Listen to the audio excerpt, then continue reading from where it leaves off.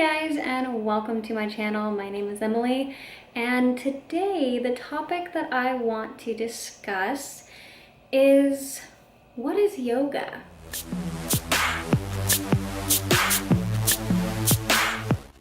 I am currently enrolled at a Seattle studio doing my 200-hour teacher training. You know, we've gone over so much more than just how to do the yoga poses and the proper alignment and how to flow and you know, like the postures. We've gone over the Ayurvedic medicine, we've gone over meditation, we've gone over mindfulness, we've gone over the 8 limbs of yoga, we've gone over the history of it, the different aspects of it, the sutras. Like, we're getting this really general and broad scope of what's included in not only a home yoga practice, but also various ways of how to teach yoga. And nowadays, there is a lot of different types of yoga.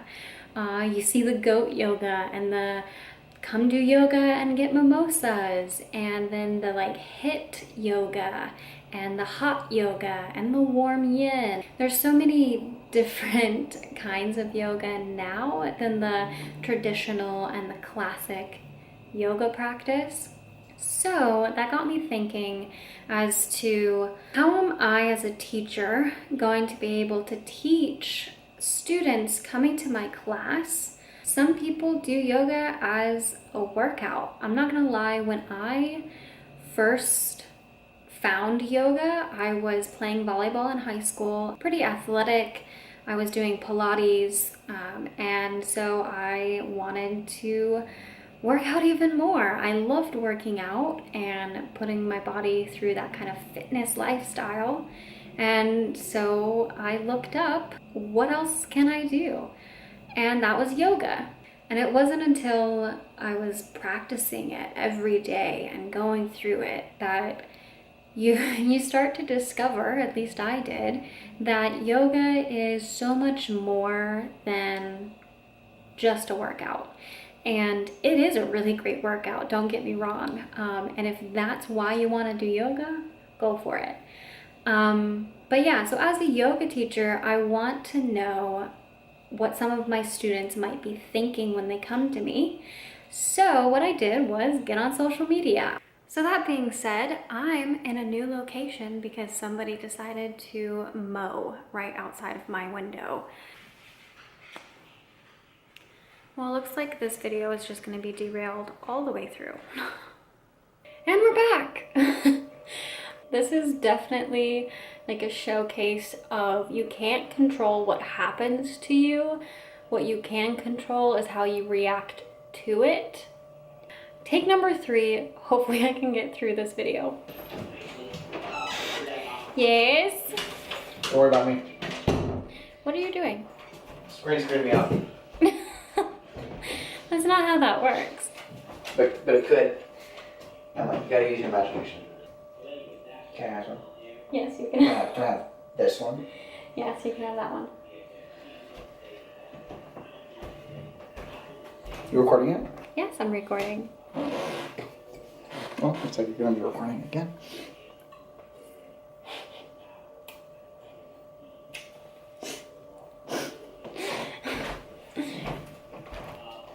All these distractions. You know, meditation would probably help that. Okay, so with this video, I wanted to go through some major assumptions about yoga because I did this post on my social media platforms. So posted on my personal Facebook, I posted on an adventure Facebook group, and also a Facebook group I'm a part of that's for yoga teachers all over the world. And then I also posted on Instagram and my Instagram story and on Twitter, but I got no engagement on Twitter. I just don't understand Twitter, I guess. So this post was, I wanted to know what some assumptions were, even if you hadn't practiced yoga. Just like if somebody said, let's go do yoga, what would be your first thoughts? What would be some of your assumptions? That's what the purpose of my post was to find out what assumptions are out there.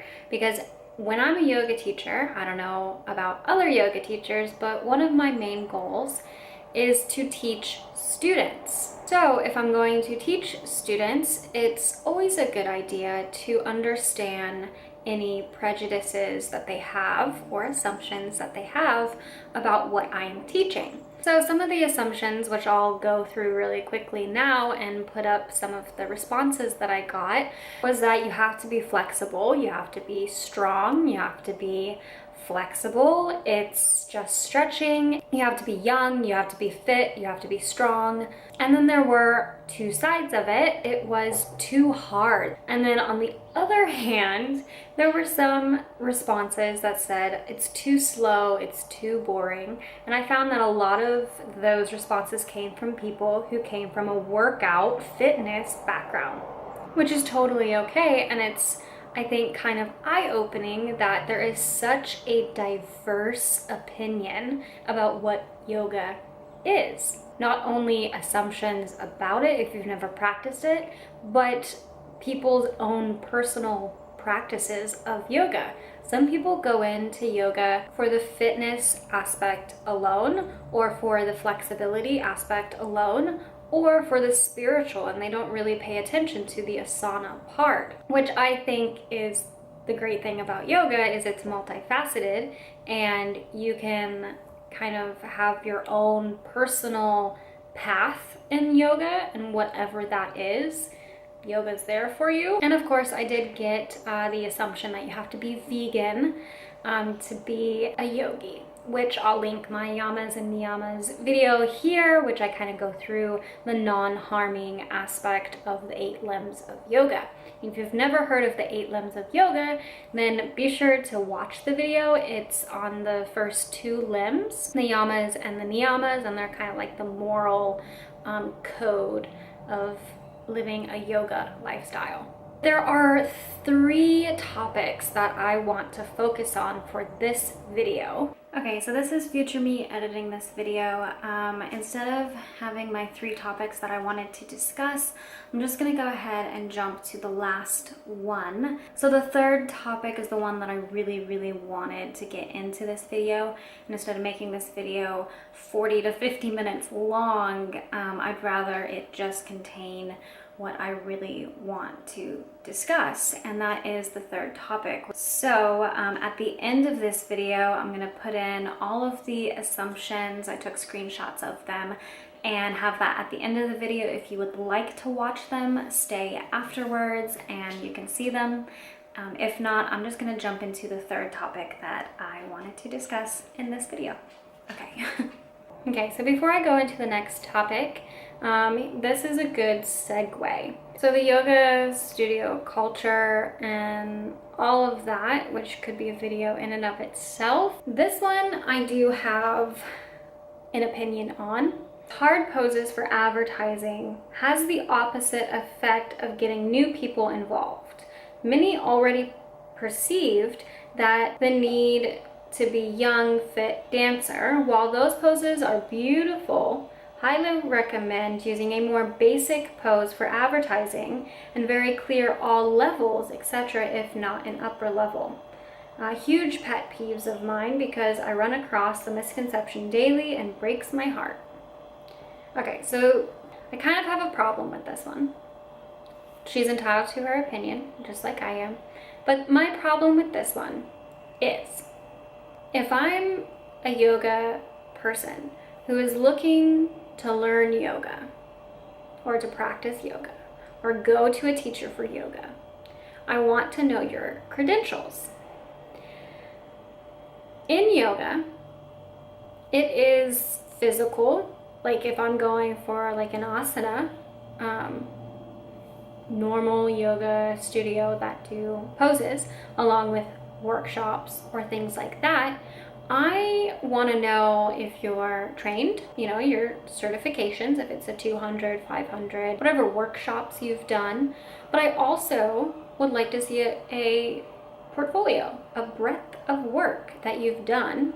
And that would be maybe through your Instagram or through your advertisements or on your website. Because it's like, if I like went to my professor who's teaching me, who has all the credentials, and I was like, you know what? I don't like learning from you because you're too smart. You know way too much about your field. Or like, I see on your Instagram that you've been to all of these historical places. Let's say your professor is your history professor. You've been out to these, archaeological digs, and you've done that, and your Instagram is just filled with you traveling to historical places and doing these presentations and giving lectures and doing all that. I don't like that. You're too smart. I don't want to learn from you. You're too smart. It's the same, at least in my opinion, correct me if I'm wrong, but it's the same thing. If you see on like a yoga instructor's or a yoga studio's advertisement, kind of the bigger positions and more advanced poses, and if it's artfully done, if it's a pose that kind of relates to whatever you're doing, if it's a workshop, if I'm going to you for an inversion or headstand workshop, I want to know if you can do a headstand or an inversion, right?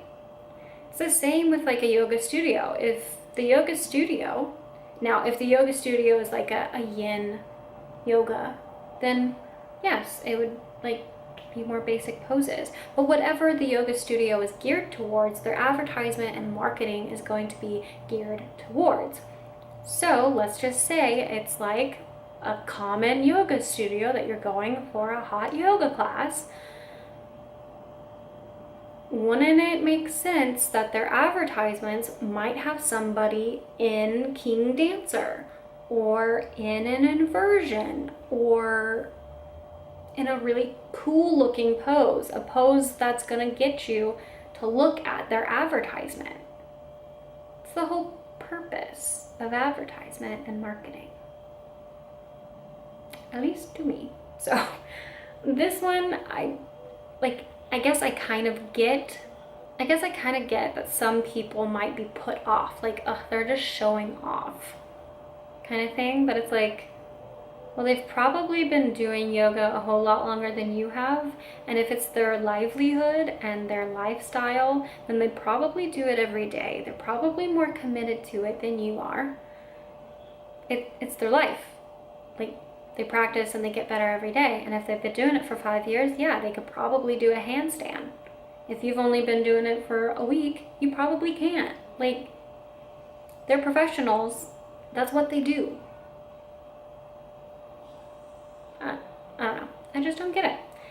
Anyways, so this brings me into my third topic, which is a discussion on one particular response that I got.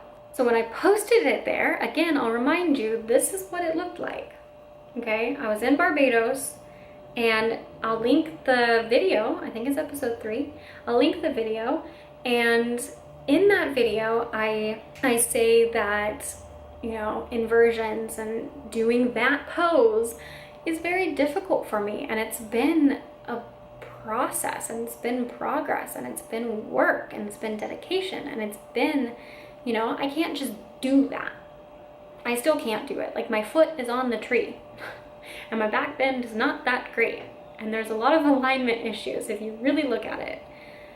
So that being said, when I posted that to the yoga group that's like yogis, this is the response I got. And of course it says, I didn't take it too hard, but she says, hopefully this comes out as lovingly and as helpful as I mean it to be. As a teacher, if I see images like the one above, as cool as it is, I tend to be put off, and here is why. Potential students see images like this and are A, disheartened because there is just no way they see themselves doing it, and or B, newbies infer that yoga is poses. And this is so far from the truth, as I am sure you know, as you progress in your learning, and place unrealistic expectations or have misunderstanding of the intention of yoga as a practice. So there was that one. And that one was nice. It was helpful, and I understand where she was coming from. And I agree, some people might be put off. But again, if I'm, like at the studio I'm training with right now, they have a yoga teacher who does sculpt yoga. And she does like the social media for them.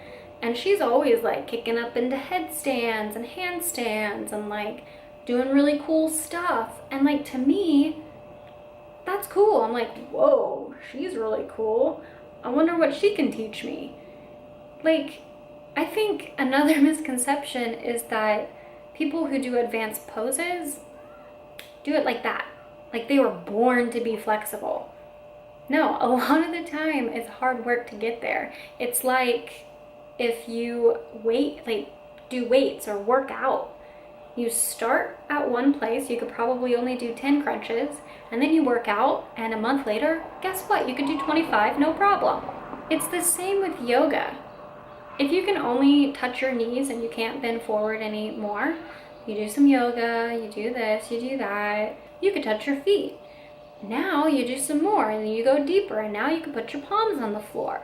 Like, it's a process. But the real one that I wanted to talk about, and then this video will be over, I promise. Why are you even posting? I didn't ask for critiques about my photo or my whatever, okay? Like, I didn't ask for that. I asked for an assumption. If you don't have an assumption, why are you commenting? I don't know. So, and maybe it's just how she said it. Just really grinds my gears. Okay, so it says, I think it would be interesting for you to take this question to yourself instead of asking for other people's assumptions. Take a look at what you're posting, including your photo above.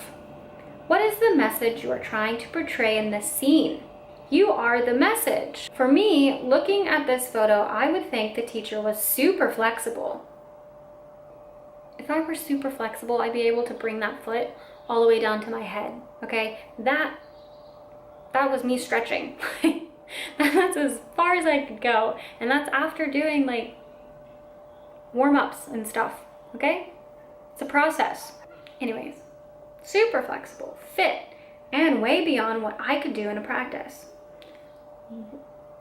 What does that matter?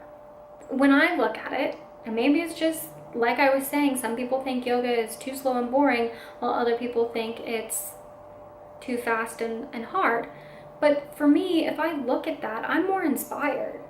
And going back to the other one, okay, because this one I really have a problem with, is that the other one said that newbies infer that yoga is poses, and that is so far from the truth, and place unrealistic expectations or a misunderstanding of the intention of yoga as a practice. That grinds my gears even more now that I'm reading it over, because my yoga path is different from the people I'm teaching. I don't mandate their intention of yoga.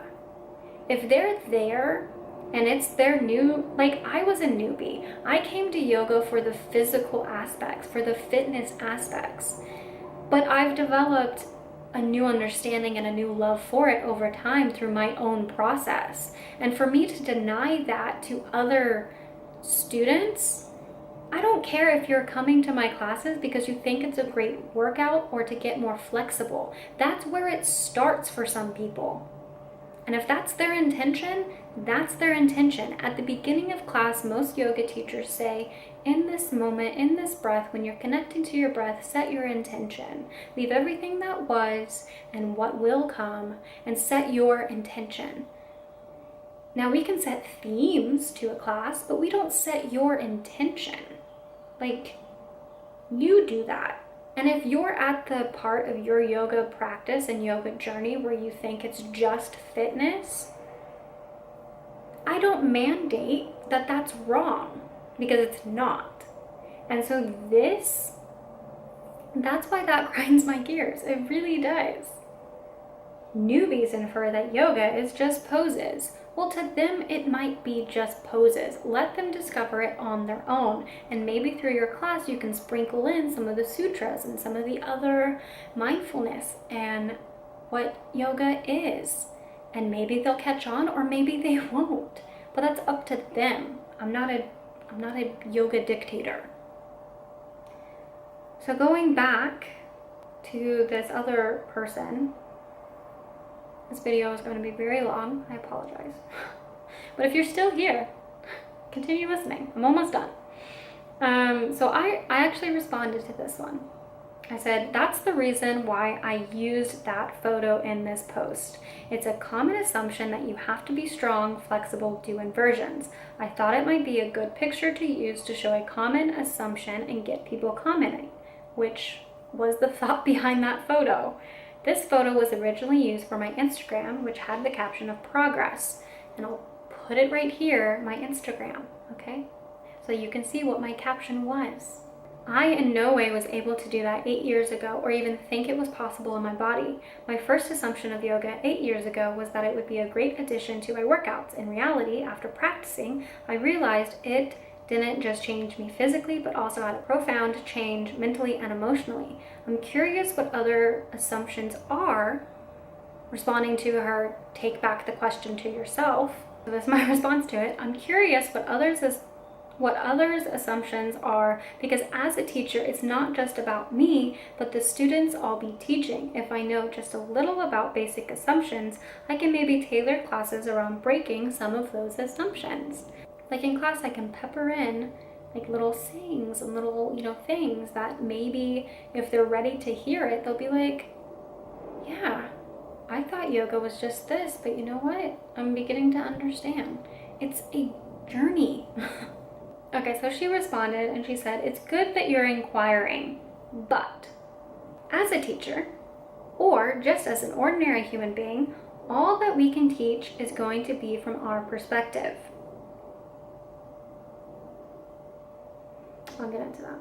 There's going to be 1,000 assumptions from 1,000 different people. So I would be curious, why not work from the assumptions you had before beginning yoga and try to break the ones that you had to break to get to where you are today? That's where I would start. Okay, so that's where you would start. That's not where I'm going to start. That's why I'm asking, do you have any assumptions? If you don't, why are you commenting? So I responded again.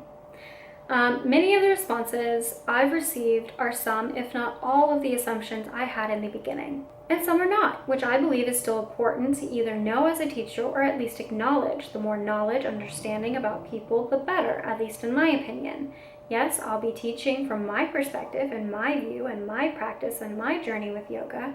However, I want to be the kind of teacher that is not only one-sided, but as accommodating as possible. Have conversations with people, understand people, teach people.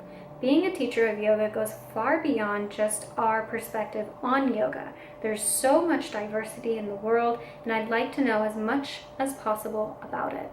And that's pretty much my entire point, is that as teachers, we're not in our own bubble. We're here to guide our students through their path. And if their path starts at it's a great workout and ends up ending with them taking a yoga teacher training or anything else that comes from it, great. I have a yoga teacher in my training, one of the educators, who's like, I don't ascribe to the spiritual aspects of yoga. She just does like for the anatomy and that sort of thing. But what I got out of that was that she believes, and I could be wrong, that poses, the asana part of yoga, is not as important as the other aspects of yoga, which I've heard a lot within the yoga community. And I think that it's important for everyone to understand the broader scope of yoga and how you can use yoga in the aspects of your life that you need it. You might need the asana part, the movement and the poses part for this part of your life. But then as you get older or you're going through something, you might be like, you know what? When I was practicing yoga She said something about mindfulness. She said something about beginning again. She said something, or he said something about this or that. And I really latched onto that, and I really needed that for me in that moment of my life. And that's the kind of yoga teacher I want to be, is to guide people through and not dictate what yoga should be, but to understand what people think yoga is and be able to navigate and provide the most effective way of teaching yoga, either in a studio, one-on-ones, in a group, whatever it is, on YouTube, putting out this information. The more knowledge, the more understanding of people. That's why I think it's so important. And I do ask that you comment either here or on my Instagram, because I feel like the more conversation there is and the more opening up about yoga and your path in it might appeal to these people, but not these people, because those people like goat yoga and I'm not really into that. But puppy yoga, yes, puppy yoga. That would be great. Anyways, guys, thank you for watching if you made it all the way through. This is probably going to be a 40-minute video by now, so I'll keep the closing short. You know what to do, and comment down below. This is a conversation I would love to have, is what are some of your assumptions? I'm not done. Like, if you want to shoot over an assumption or a comment or anything about this video, go ahead. I would love to have a conversation. I will respond to as many people as I can. And yeah, so that is it. I finally made it through this video. This is the next day, if you didn't know. Yesterday I tried filming like 3 times. It just didn't work. So this morning I did what I had to do, and I was like, you know what? I'm still in the same clothes from yesterday. Let me film. So yeah. Anyways, it is Thursday, so I got to go to class. Actually, what time is it? 12:33. Okay, Barry leaves at 3. I'm good. All right, bye guys.